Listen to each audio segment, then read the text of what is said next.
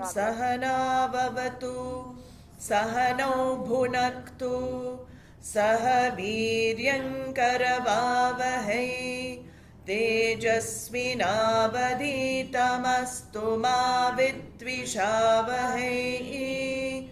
Om Shanti Shanti Shanti. Gurur Brahma Gurur Vishnu Gurur Devo Maheshwaraha Guru Sakshat Param Brahma Tasmai Shri Gurave Namaha. Dayakaram Dayakaram Dantam Dharma Pravartakam Pranamami Dayanandam Madacharya Varam Param. Om Gam Ganapataye Namaha. Om Gam Ganapataye Namaha. Om Gam Ganapataye Namaha. So Hari Om. Welcome back. We had seen yesterday that freedom from action Krishna had described in the past 2 verses. Now he talks about how to achieve this freedom from action. That is why this word tasmat. So whenever tasmat comes, it gives a connection to the previous verse, but it is a different topic. So he says here, O Arjuna, you don't have this knowledge.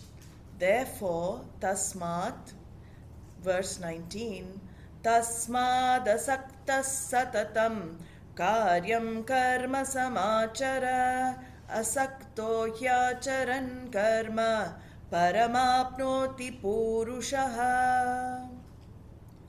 Although there is nothing to be done for a jnani, there is for the ajnani. So jnani is the wise person, the self-enlightened, self-discovered person. There is nothing to be done when he has discovered the self. But for the one who has not discovered the self, Krishna says, Karyam karma samachara. He keeps saying this, reiterating this point.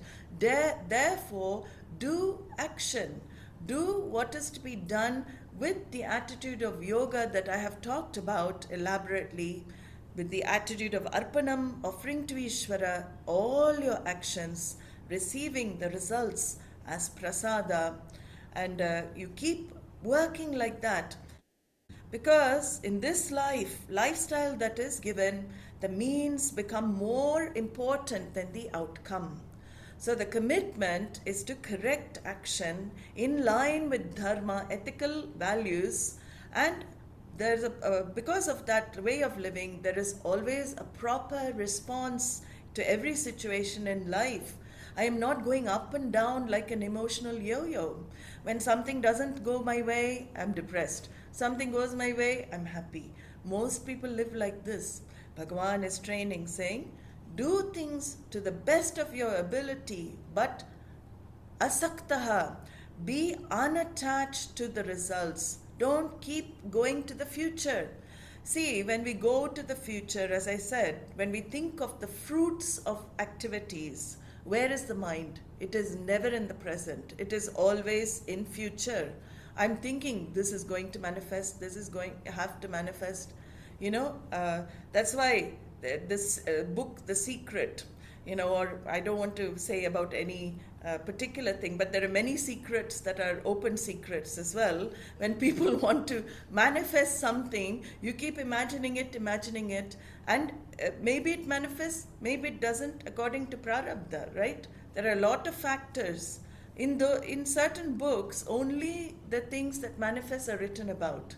So everybody thinks, if I keep dwelling on things I want, and this is again future dwelling, whole books are written about this, then I'm going to achieve that. Here, we're saying, what about your present? Aren't you forgetting what you have right now?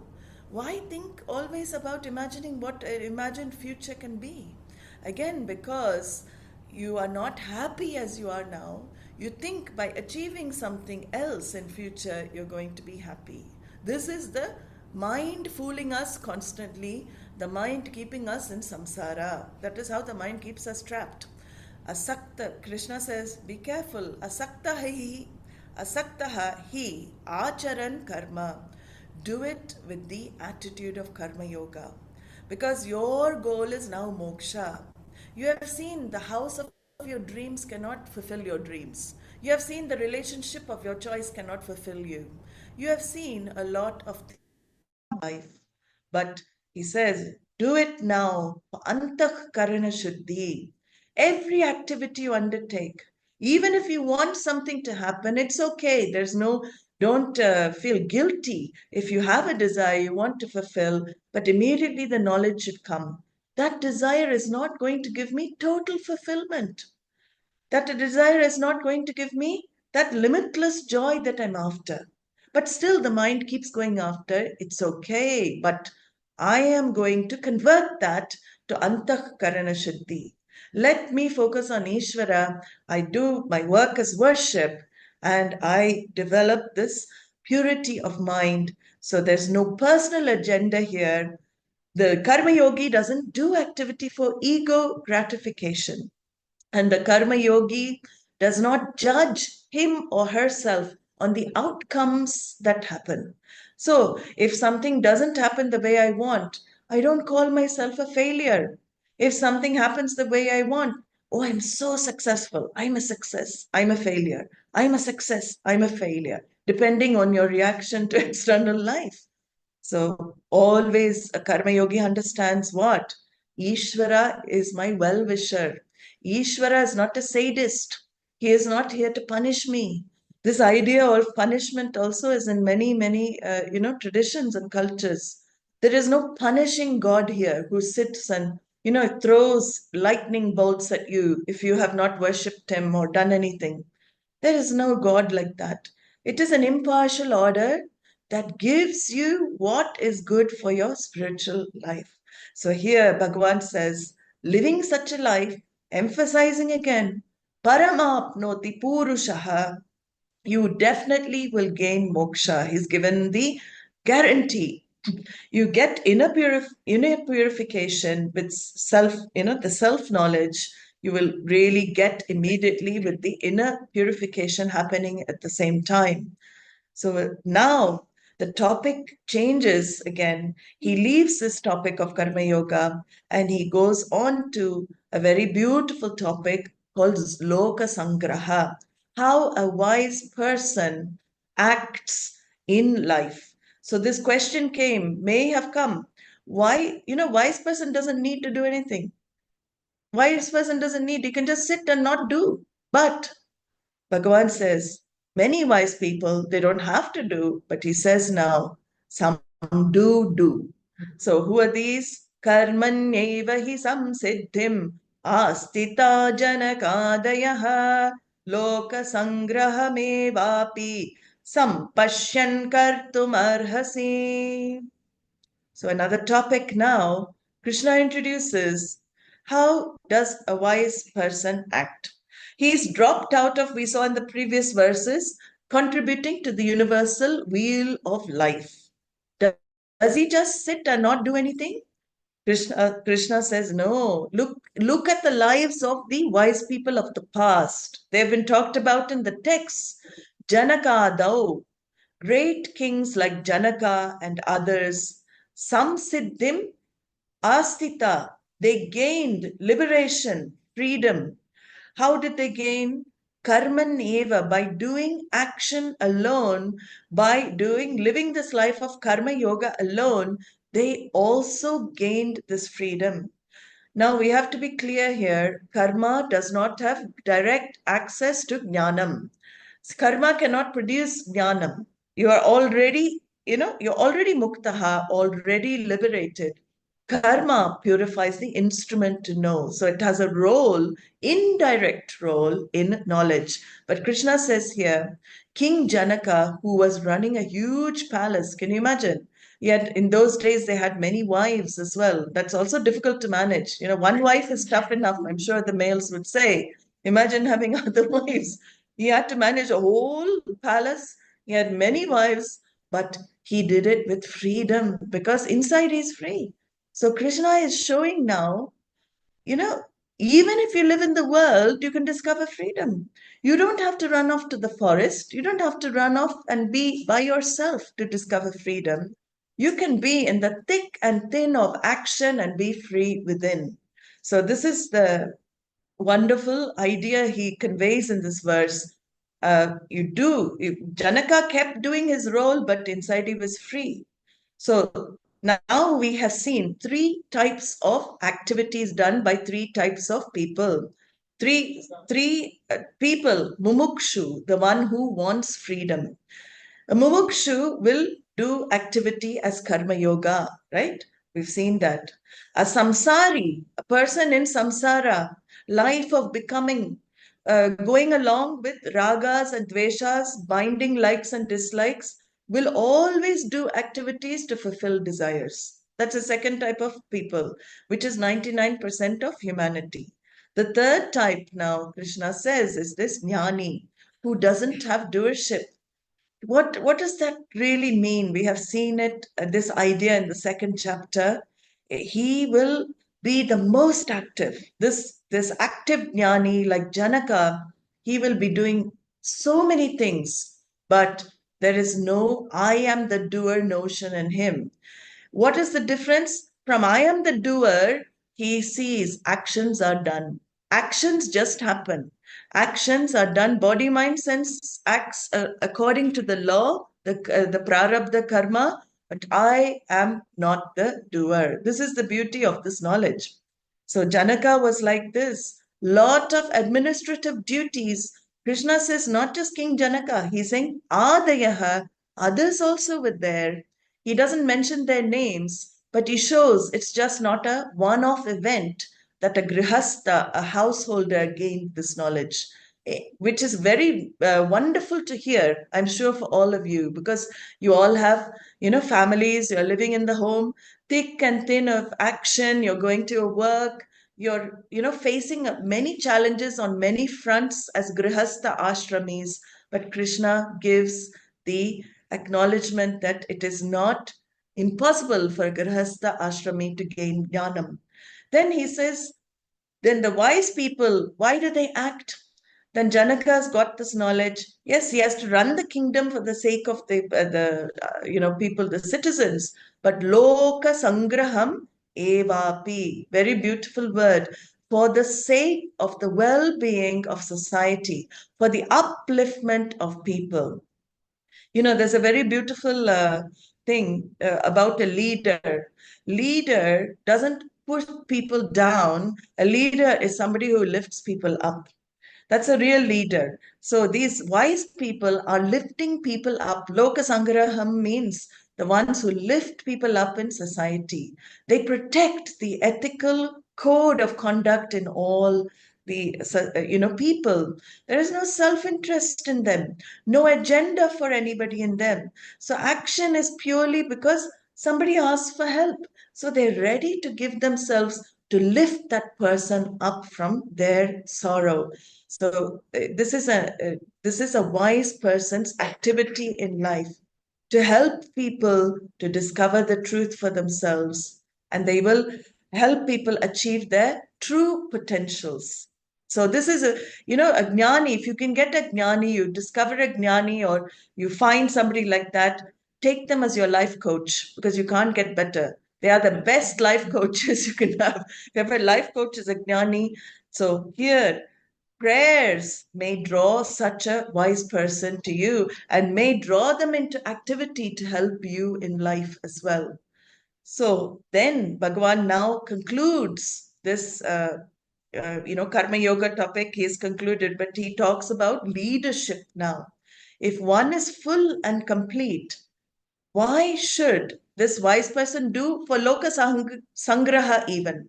He's full and complete.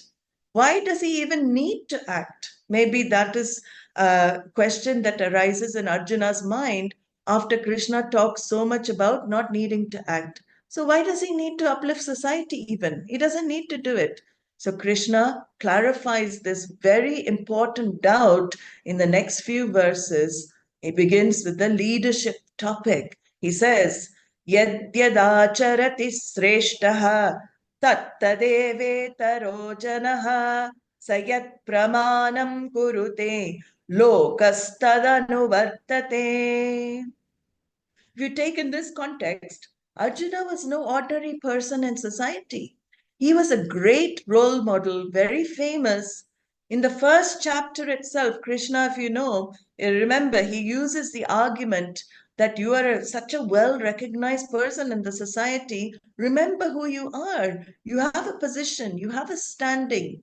The similar idea he brings in here when you have a certain role which is given to you as a leader, Shreshtaha yat yat acharati. A famous person in society becomes a role model for others. This is very true even in modern day.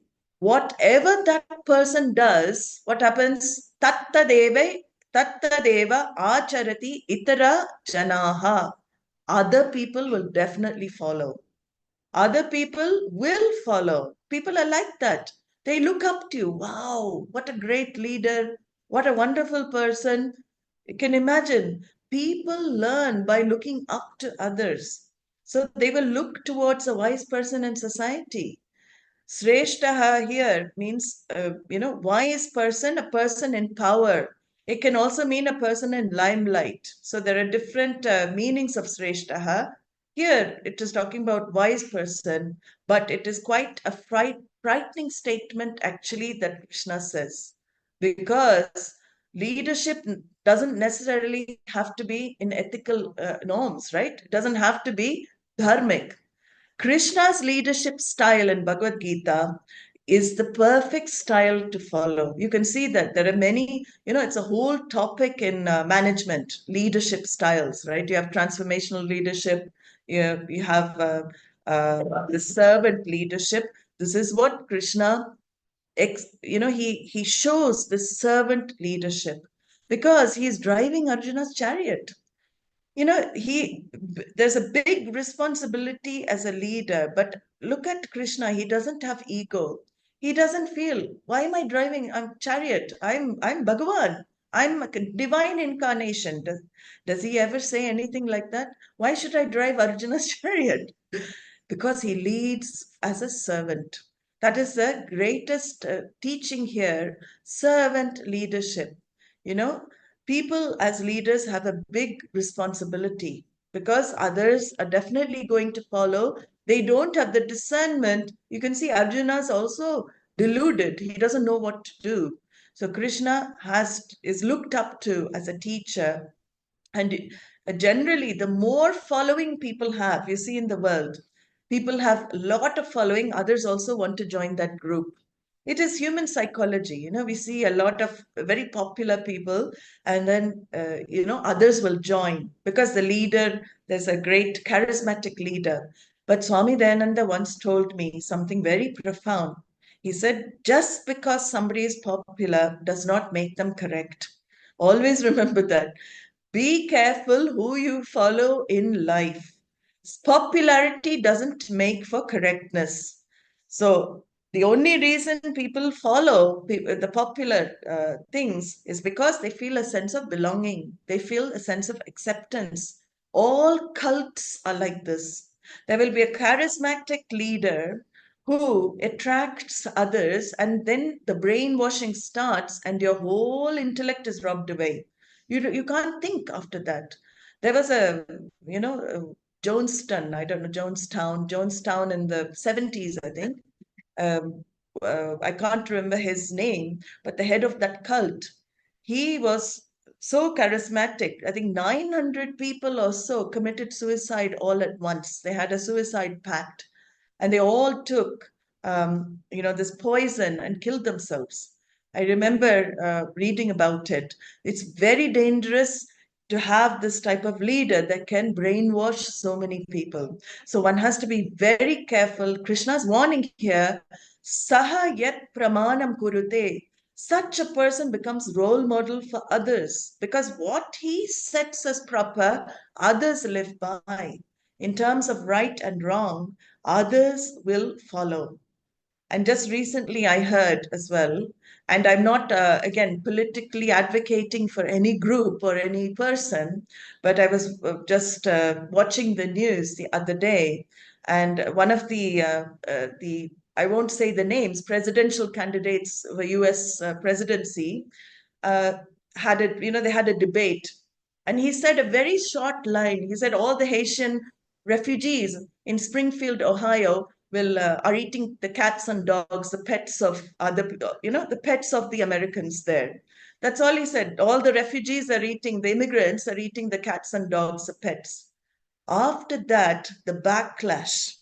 Those people are so frightened to even step out of their homes because there's bomb threats, death threats, the children can't even go to school. One line by an irresponsible leader can hurt so many people. That's why Krishna is warning here, lokaha anuvartate. People will follow. So be careful, Arjuna. You have a lot of responsibility on your shoulders. Not just Arjuna. We come back to all of us as parents. Even parents' role is a leadership role, right? How much responsibility a parent has. What I do, the children should watch my actions and follow from that. If I say one thing and do one thing, the kids will not understand, right? They will say, why you're doing this? Some parents have a way. I remember, uh, when the phone, they don't want to answer the phone, they will get the child to answer the phone and say, oh, tell them I'm not in, tell them I'm not here, because they don't want to talk to that person. But you see, you're already teaching the child to lie, right? And the child says, oh, the parent is also like this. Why can't I tell lies? So every little, Bhagavan is saying here, every little thing counts, every little behavior counts. Swamiji, here he used to say, a true leader is one who makes others into leaders. So a leader has to live his life inspiring others. Krishna now even gives himself as an example of leadership because it is a very important topic. Even if you're an avatar, you're a wise person, you have to set an example for others. He says, Name parthasti kartavyam trishu lokeshu kinchana nana vaptam avaptavyam varta eva cha karmani. He explains in the next few verses why he starts acting in the world. Parthaha me trishu lokeshu kartavyam nasti. Oh Arjuna, look at me. I am avatara. I am an incarnation. There is no karma to be done by me in all the three worlds, trishu lokeshu. So Lord Krishna being a divine incarnation, he has born with the knowledge what? First of all, it's not a regular birth. It is an appearance, his divine appearance, but he knows who he is. He has knowledge of his true nature. He is fullness itself, manifest, right? The script writer himself manifests. So there's no doership for me, but avaptavyam kinchit nasti. There is nothing to be accomplished by me. Anaptam avaptavyam nasti. There is nothing I have to gain which I have already not gained. I have gained everything. Yet, he says, karmani varta eva cha. I still remain in activity. I am here to bless all those who come to me. Look, I'm driving your chariot. He might have said that as well. I'm active person. I'm driving your chariot because you asked me. I'm teaching you now. So I'm leading you through the service of you in this battle. I'm leading you. Krishna never felt, as I said, lowly to do such work. He's setting an example for all of mankind because this has unfolded for me to be done in this moment, so I'm doing it. Similarly, he's teaching Arjuna what? You are the hero of this movie. You are the hero of Mahabharata. I've given you such a big role to play here. Do your duty to protect, dharma. Do your duty. The war is your karma yoga. Don't allow your likes and dislikes to take you away from what is to be done. See, for me, I'm just imagining Krishna's talking to Arjuna. For me, there's no duties, there's no obligation, no responsibility. I'm free, I'm complete. But what? I know that my body, mind, senses alone is playing the role of Krishna, but I am untouched by that role. I know I am the all pervasive truth of this universe, yet I am active. Krishna, if you read the story of Krishna, I don't think one moment he sat still. He was always fighting some demon or other here and there.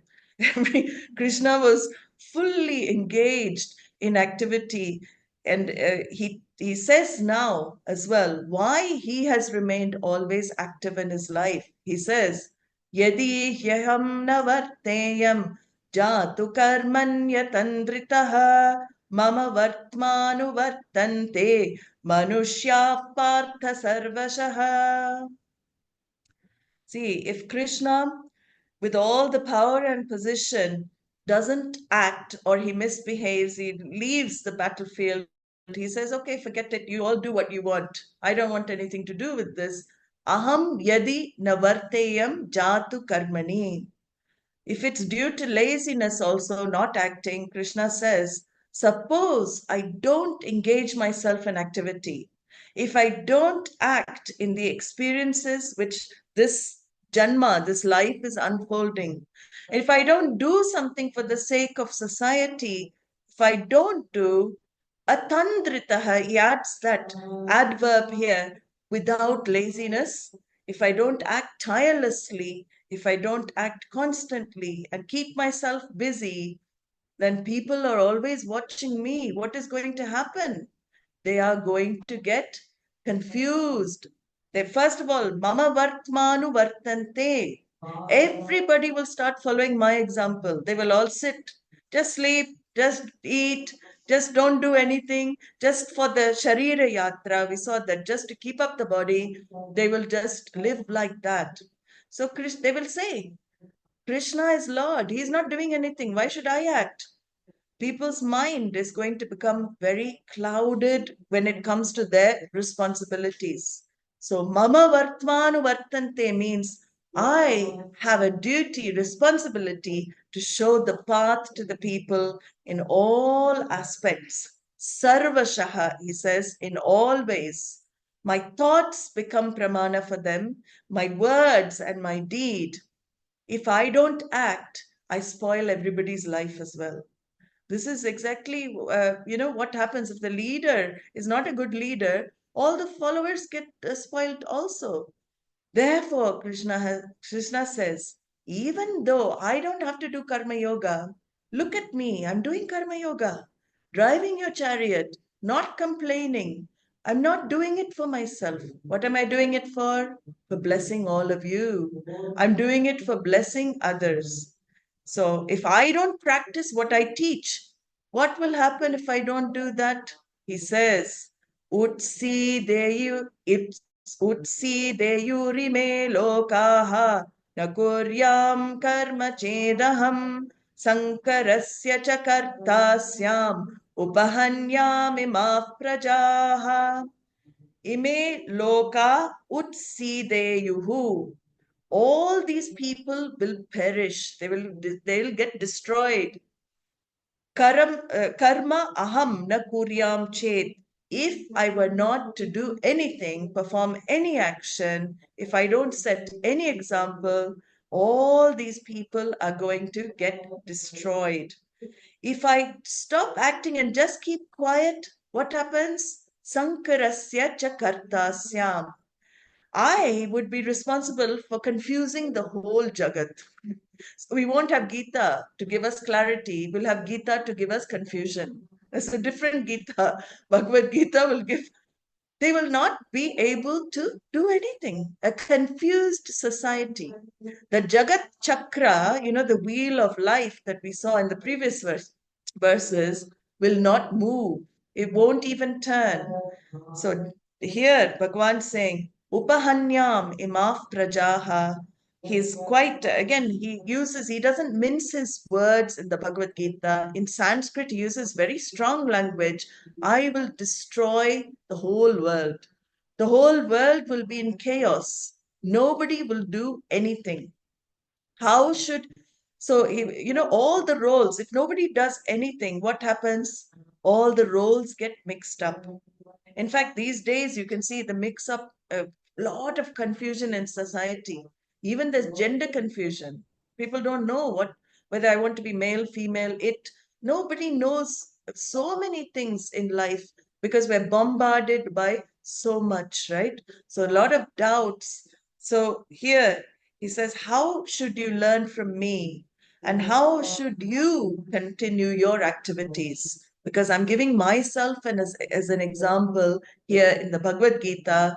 Now take me as an example, O Arjuna.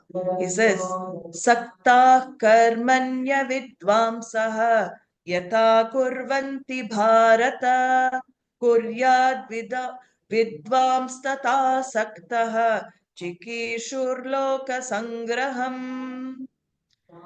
Again, he's saying, even if you're not wise, pretend to be wise. Okay? Remember, how did the wise act in the world?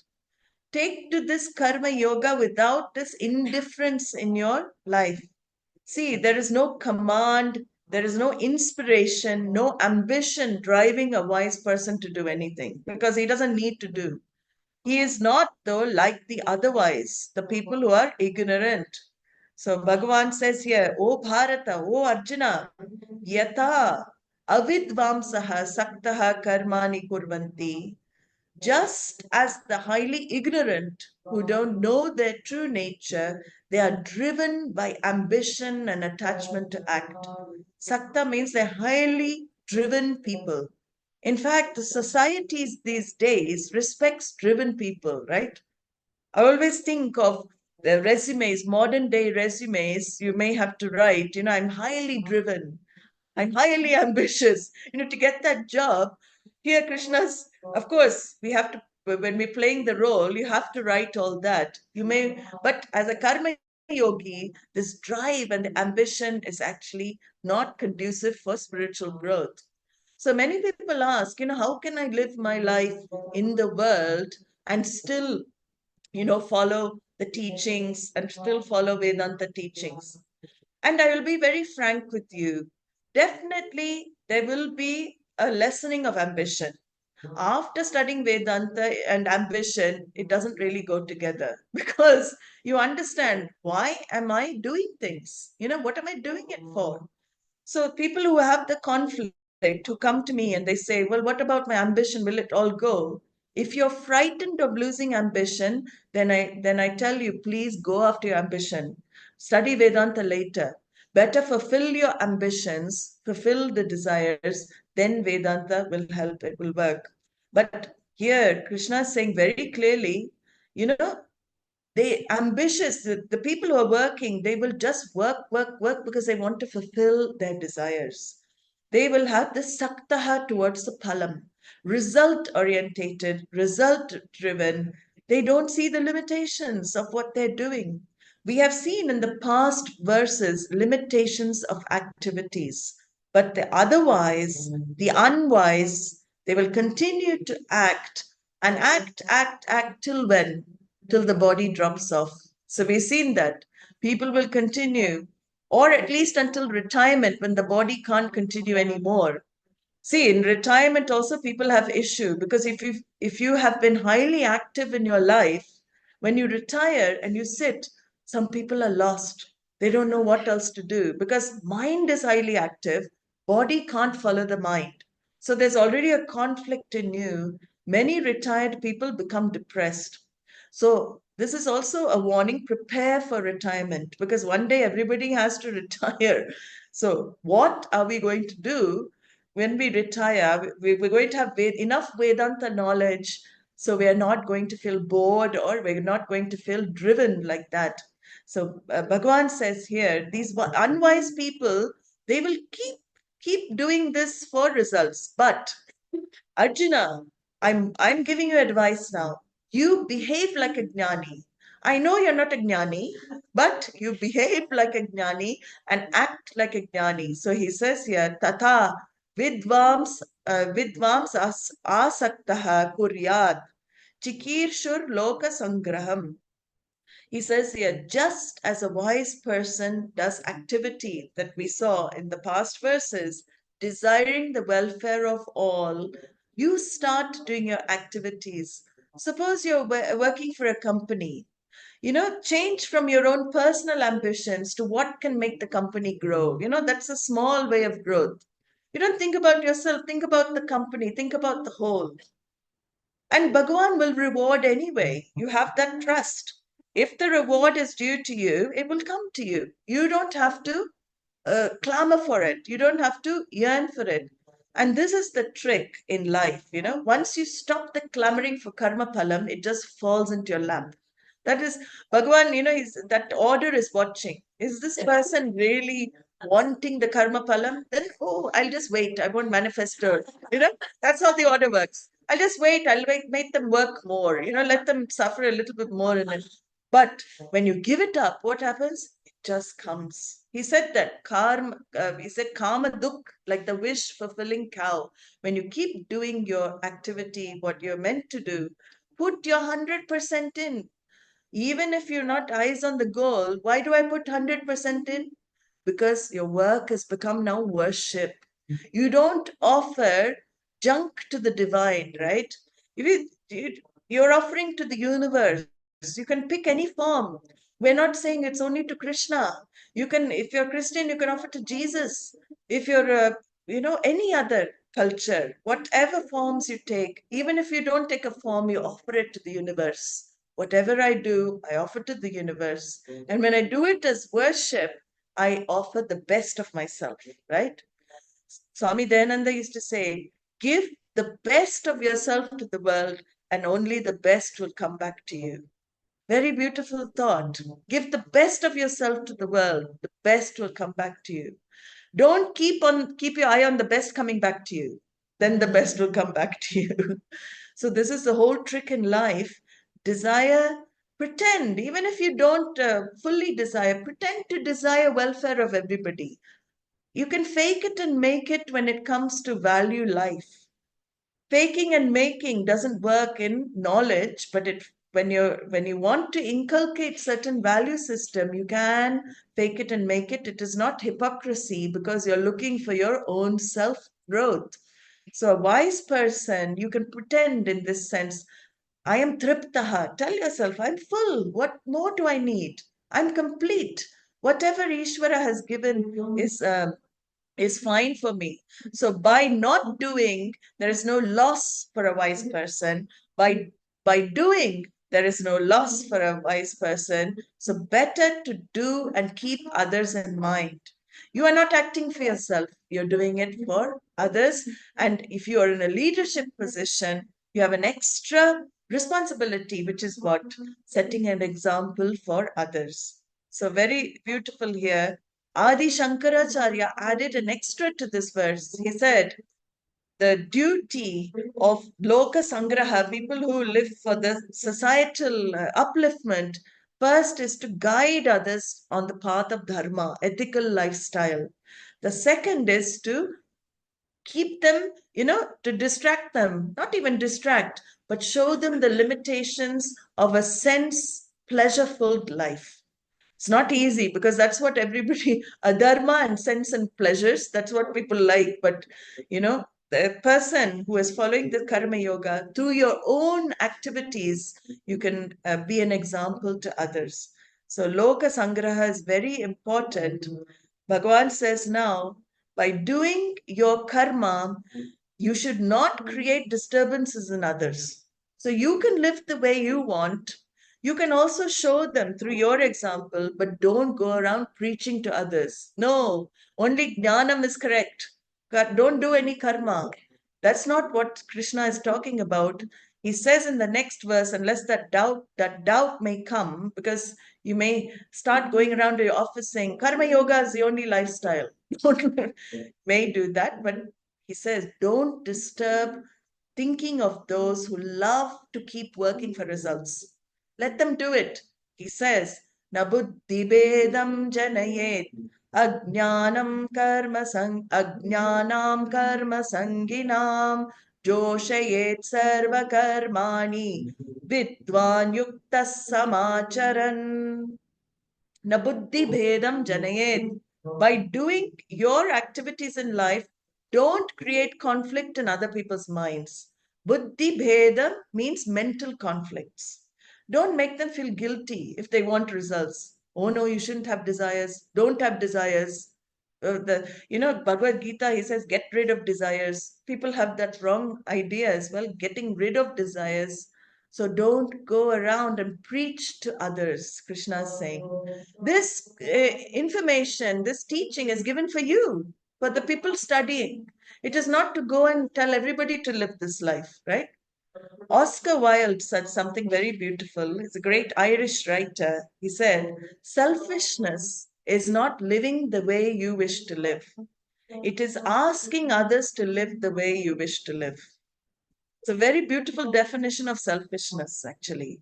No, I don't need to go and ask others to live the Karma Yoga lifestyle. That's what Krishna is saying. You do it, you practice it.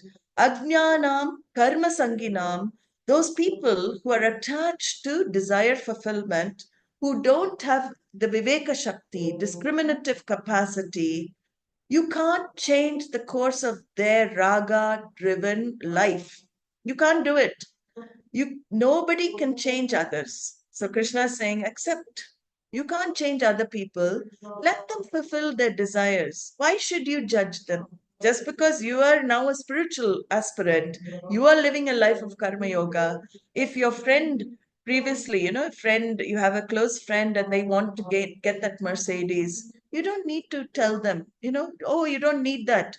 There's only Atma, that Jnanam. You need to go for moksha and live this karma yoga lifestyle. First of all, they will never listen to you anyway. They'll think you're mad, right? So, so there's no point, Krishna says, let them be. Everybody will outgrow their desires at their own time. That's the beauty of this knowledge. Krishna gives in the Gita space for humanity to grow. He never pushes this on anybody. There is no mandate. So if you're not ready for jnana, he says, don't confuse them, don't criticize them, don't look down upon them, because a wise person, what will he do? Joshayet. A jnani will actually tell them, do karma. If they're so attached to karma, he will actually say to them, do activity in life. He will help them. So this is very beautiful. Joshayet, actually as a verb in Sanskrit, means he will encourage and nourish those people. So beautiful, because he wants them to be happy. His, wise person's heart is what? Loka samasta sukhino bhavantu. I want all beings in all worlds to be happy. So if you're happy to gain, I will help you to gain. So he will guide people in the right way to gain their desires, in accordance with dharma, and encourage them. Karyet. Krishna says even karyet, which means he will make them act. He will give them projects. If they want to do karma, I will give you this project, do this seva, do this for, build a hospital. He will direct their activities towards good of humanity. They have a lot of money and they want to, spend on things. He will direct, spend it on orphanages, spend it on annadanam, feeding others. Act in the correct direction. He will never say, don't do any activity. So this is very, very beautiful. Yukta samacharan means he will, best of their ability, he will increase their talents. He will, make them join so they're spiritually committed in future. So don't need to discuss anything with anybody about spiritual life. Krishna says very clearly, talk about other things, talk about politics, talk about news, talk about anything that they want to talk about. But you are very adept at this vyavaharika as a wise person. You help others. So now, this karma, how does it happen? How does an ignorant person act in life? We will finish with this verse. Very interesting verse. He says, prakrite kriyamanani gunaih karmani sarvashah ahankara vimudhatma kartahamiti manyate. This is a very important verse and it's going to be highlighted later in the Gita. Prakrite gunaha means the modifications of the material cause. Prakrite gunaha. So gunaha means, see, the material cause for the universe modifies to become what?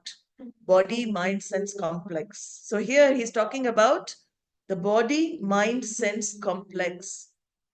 So, Prakriti, what all actions, he says, are done by each individual body, mind, sense complex. Gunaihi kriyamanani karmani. So, because of the modifications of Prakriti, your voluntary, using your free will, involuntary actions are done by your body and mind sense complex. When is it done? Sarvashaha, which means in all cases, under all circumstances. Okay, in all cases, under all circumstances. But what does an Ajnani feel? Ahankara vimudhatma kartaham iti manyate. The ignorant person will feel, I do the action. This is a very important point. Ahankara vimudhatma. He will feel not body, mind, senses acting, but I am acting. This is the whole, again, idea of doership. When I feel I am acting in life, what happens? I become the experiencer of karma phalam. So I'm trapped again in karta and bhokta, doer and experiencer. All the ERs, all the verbs with ER, I become trapped in those ER verbs. I'm a walker, I'm a talker, I'm a doer, I'm an enjoyer, I'm a hearer, I'm a taster. That he says, through delusion, vimudhatma means deludedly, I get trapped into thinking I am doing the activity. Whereas a wise person, he has what? Enlightened ego. So ahankara, I'm not going to go into it here, but it's very interesting in our scriptures what ahankara is unfolded as. Usually we think of ego as something we have to remove or something we have to erase. But ahankara is not something you can get rid of. It is a natural identification of the I thought with consciousness. So the moment the I thought and consciousness come together, you become an individual jiva with an ahankara. And there are only two types of ahankara in life. One is an enlightened ahankara, enlightened ego, or unenlightened ego. So we're going to see now unenlightened ego. That is the whole problem in life. Unenlightened ego will always think, I am the doer, I am the actor, I am gaining this karma phalam. Whereas Krishna is saying again and again that interference of ahankara with activity that is happening is what creates sorrow for the person. So we'll see more in the next class on Tuesday. It'll be a recording. I'm still in India. So I'll be returning on the 27th back to UK. So we will meet next weekend in person live. Hari Om. Sorry about the background noise. There was some bandara going on, but I hope you could still follow and you could hear. Good. Hari Om. We'll meet again very soon. Om Purnamadah Purnamidam Purnat Purnavadachyate Purnasya Purnamadaya Purnamevavashishyate. Om Shanti Shanti Shanti. Harihi Om Shri Gurubhyo Namaha. Harihi Om. Namaste.